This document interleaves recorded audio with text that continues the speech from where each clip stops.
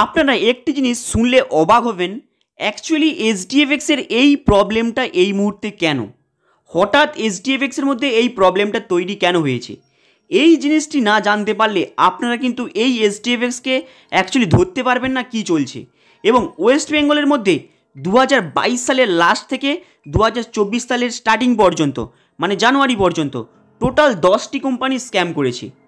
8টি কোম্পানি 100% করে দিয়েছে, আর 2-3টি কোম্পানি রয়েছে তারাও খুব তাড়াতাড়ি করবে। কিন্তু এই যে ভিডিওটি আমি বানাচ্ছি, এই ভিডিওটি আপনারা যেখানে পারবেন সেখানে শেয়ার করে দেবেন, কারণ এই ভিডিওটির মধ্যে এমন কিছু নলেজ আপনাদের দেব যেখানে বুঝতে পারবেন 2022 সালের লাস্ট থেকে 2024 সালের পর্যন্ত কতগুলি কোম্পানি কিভাবে স্ক্যাম করলো এবং পাবলিকের সামনে কিভাবে পুরো আপনাদের ক্লিয়ার দৃষ্টিতে দেখিয়ে দেব কিভাবে এরা স্ক্যাম করেছে, যেখান থেকে আপনাদের কিছু শিখে নেওয়া দরকার। কারণ এদেরকে দেখে দেখেই আদার্স কোম্পানিগুলো স্ক্যাম করার জন্য ওপেন করছে, সেই সব ব্যক্তি পাবলিককে লুটার জন্য প্ল্যানিং করছে এবং তারা 100% লুটে নিয়ে যাবে। অ্যাকচুয়ালি প্রথমে মার্কেটে কে আসে? রোজ ভ্যালি সারদার পর চলে যায় কে? তারপরে মার্কেটে কয়েক বছর কোনো দেখা সাক্ষাৎ কারো নেই, তারপরে হঠাৎ মার্কেটের মধ্যে আবির্ভাব হয় এলএফএস স্টক গুরুকুল বিভৎস পরিমাণে বড় বড় মোটিভেশন স্পিকারকে নিয়ে এসে, হিন্দি মোটিভেশন স্পিকার, বেঙ্গলি স্টারকে নিয়ে এসে বড় রকমের প্রমোট চলে। অ্যাকচুয়ালি আপনারা কি জানেন, এই স্টক গুরুকুলের সাথে সাথে আরেকটি কোম্পানি ওপেনিং হয় যেটা হলো এলএফএস ব্রোকার। সে তার নিজের নামে ব্রোকার হাউসটি ওপেন করে, সেখানে 2% ইন্টারেস্ট রেটে দেওয়ার নামে পাবলিককে মুরগি বানাতে থাকে। এবং সেই মালিক যা নিজের রিসর্ট, নিজের হোটেল বড় হিউজ পরিমাণে করে নেয়, তারপরে হিউজ পরিমাণে অ্যামাউন্ট যখন তার ব্যাংকের অ্যাকাউন্টে আরবিআই নজর পড়ে, সেখানে আরবিআই অলরেডি তাকে ফাইন করে নেয়, তাকে 3 মাসের জন্য জেলের হেফাজতে করে নেয়। এরপরে স্টক গুরুকুল এর সাথে সাথেও ধরা পড়ে, সেখানে এদের ব্যাংকের অ্যাকাউন্টকে পুরো লক করে দেয়। কেন করেছেন এবার আশা করি বুঝে নিয়েছেন। যখনই আরবিআইয়ের চোখে পড়বে এরা হিউজ পরিমাণে বাড়াবাড়ি করছে মার্কেটের মধ্যে, তখন এদেরকে ধরবে। রোজ ভ্যালি কী করলো? পাবলিকের টাকাটাকে নিয়ে আইপিএল খেলাচ্ছে, সেখানে বড় বড় ফিল্ম স্টারকে দিয়ে অ্যাড দিচ্ছে, 70 কোটি টাকা পাবলিকের টাকাটাকে উড়িয়ে দিয়ে আরবিআইয়েরও চোখে পড়লো এই রোজ ভ্যালি। সেখানেও রোজ ভ্যালির এখনও কেস চলছে, কবে কী হবে তার কোনো পাত্তা নেই। মে মাসে অ্যানাউন্সমেন্ট করেছে আপনাদেরকে রোজ ভ্যালির টাকা ফিরিয়ে দেবে, কিন্তু 2024 মেতে বলেছে, দেখুন সেটা কোন সালের মেতে আপনাদেরকে পেমেন্ট ক্লিয়ার করে আপনারা সেটা নিজেও জানেন। এরপরে মার্কেটের মধ্যে হঠাৎ আবির্ভাব হয় এইচডিএফএক্স গ্লোবাল। এই এইচডিএফএক্স গ্লোবাল আবির্ভাব হওয়ার সাথে সাথে এর দেখা দেখি প্রায় মার্কেটের কতগুলি কোম্পানি ওপেন হয়ে জানেন? প্রায় 4 থেকে 5টি কোম্পানি ওপেন হয়ে যায়।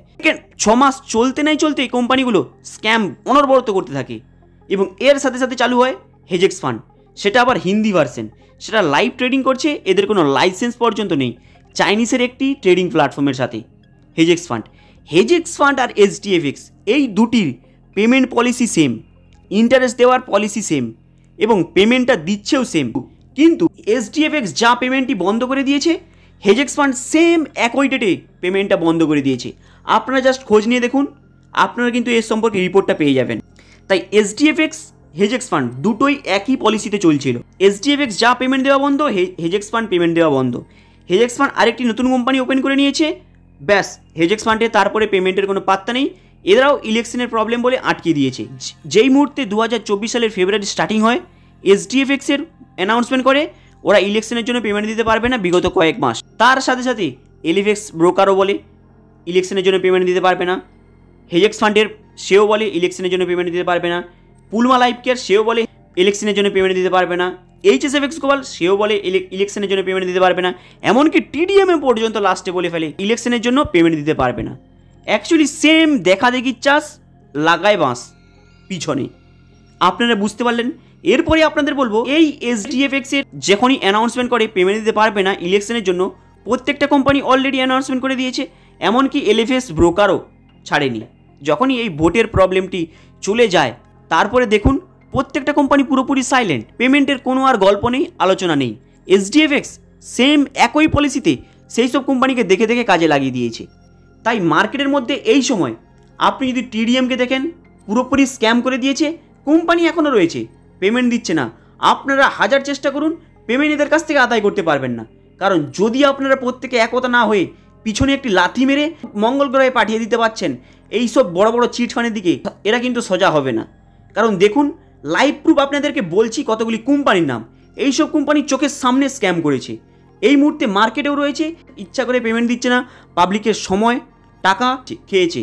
যেমন এসডিএফএক্স আপনারা জানেন কি পরিমাণে একটি প্রবলেমে ফেস করছেন। এরপরে রয়েছে টিডিএমের এমডিকে জেলের মধ্যে যাওয়ার আগে দুবাইয়ের মধ্যে হরিত কৃষি নিধির যে ব্যাংকের যে অ্যাপসটা রয়েছে তাকে প্রমোট করানোর জন্য চলে গেছে।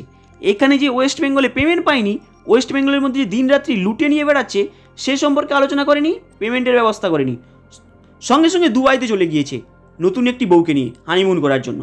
এরপরে এলএফএস ব্রোকার কি পাবলিকের কাছে ক্ষমা স্বীকার, অন্যায় স্বীকার করে বলল আপনাদের টেনশন নিতে হবে না, ওই এলএফএসের এমডি নাকি ভুল হয়ে গেছে, ওরা এই ইলেকশনের পরেই পেমেন্টটা ক্লিয়ার করে দেবে। দেখুন পুরোপুরি সাইলেন্ট। এরপরে হেজেক্স ফান্ডের কোনো সাড়াই নেই। পুলমা লাইফকে তো মারাই গেছে, অন স্পট ডেড, তার আর কোনো সাড়া শব্দ নেই। সে পেমেন্ট দেবে কি দেবে না সেপ্টেম্বরে অ্যানাউন্সমেন্ট করেছে, একটি নোটিশ দিয়েছে, ব্যাস পুলমা লাইফকেয়ারে দেখা সাক্ষাৎ নেই। অ্যাকচুয়ালি আপনারা কি জানেন পুলমা লাইফকেয়ারের যে এমডি রয়েছে সে হলো এসডিএফএক্সের একটি লিডার। সেই লিডারটি হলো পুলমা লাইফকেয়ারটাকে ওপেনিং করে, সেখানে 6 মাস টিকতে পারে না মার্কেটে, ব্যাস আউট হয়ে যায়। মানে সে আধমারা হয়ে যেয়ে তার ডেড বডি খালি এখন পড়ে আছে মার্কেটের মধ্যে, কিন্তু তাকে আপনি খুঁজে পাবেন না। এরপরে তার দেখা দেখি প্রায় কতগুলি কোম্পানি বেরিয়ে যায়। একটি কোম্পানি মার্কেটের মধ্যে নতুন আসে, সে আবার নতুন পলিসি নিয়ে আসে। কোন কোম্পানি? MLM company. সে হলো অ্যাডভান্স অ্যাকুরেট। তার পলিসি কি গোল্ড বন্ড আপনাদেরকে দেবে, পার ডে 1% ইন্টারেস্ট বের করবে, মাসে 40% পর্যন্ত ইন্টারেস্ট বের করবে সেই কোম্পানি। মানে দেখেছেন এইসব কোম্পানি মার্কেটে স্ক্যাম করার জন্য কীভাবে নতুন নতুন পলিসি নিয়ে এসেছে। আপনারা জাস্ট এই গোল্ড বন্ড যে কোম্পানিটা বলছে গোল্ড বন্ড দেবে আপনাদেরকে 100% সেফটি, আপনারা যেই ব্যাংকের গোল্ড বন্ড দেবে সেই ব্যাংকে একটু খোঁজ নিয়ে দেখবেন। আপনি জাস্ট বলবেন যে গোল্ড বন্ডটা যে আপনাকে দিয়েছে আপনি একটি এমএলএম কোম্পানি থ্রুতে পেয়েছেন। যদি এমএলএম কোম্পানিটা উড়ে যায় গোল্ড বন্ডের টাকা কি আপনি পাবেন? দেখবেন সেই ব্যাংকের ম্যানেজার আপনাকে উত্তর দিয়ে দেবে। টিডিএম কী করেছেন জানেন? টিডিএমের তো হিস্ট্রি হয়ে গেছে, স্ট্যাম্প পেপার বড় বড় নিয়ে এসে পাবলিককে সই করিয়ে সেখান থেকে অ্যামাউন্টে নিয়ে টিডিএমের নিজেদের অ্যাকাউন্টে ঢুকিয়ে নিয়ে টিডিএমের মধ্যে ডিপোজিটটা করিয়েছে। টিডিএমের এমডি যা জেলে চলে গিয়েছে, এখানে দেখুন পেমেন্টের আর কোনো পাত্তা নেই, সেটা পুরোপুরি ধামাচাপা পড়ে গিয়েছে। এইভাবে মার্কেটের সামনে এই কতগুলি কোম্পানি চোখের সামনে লুটে নিয়ে গেছে, এখনও ওপেন রয়েছে। এখনও যদি কোনো পাবলিক মনে করে যে এই সব কোম্পানিকে শায়েস্তা করবে, তারা কিন্তু চাইলে শায়েস্তা করতে পারে। তাই আপনাদেরকে লাইভ প্রুফ দেখিয়ে দিলাম কিভাবে এরা স্ক্যাম করেছে। তাই এই ভিডিওটি প্রত্যেকের দেখা দরকার, শিখে নেওয়া দরকার, কারণ এদেরই লিডার এখন বর্তমানে নতুন কোম্পানি পুরনো কোম্পানির মধ্যে জড়িত রয়েছে।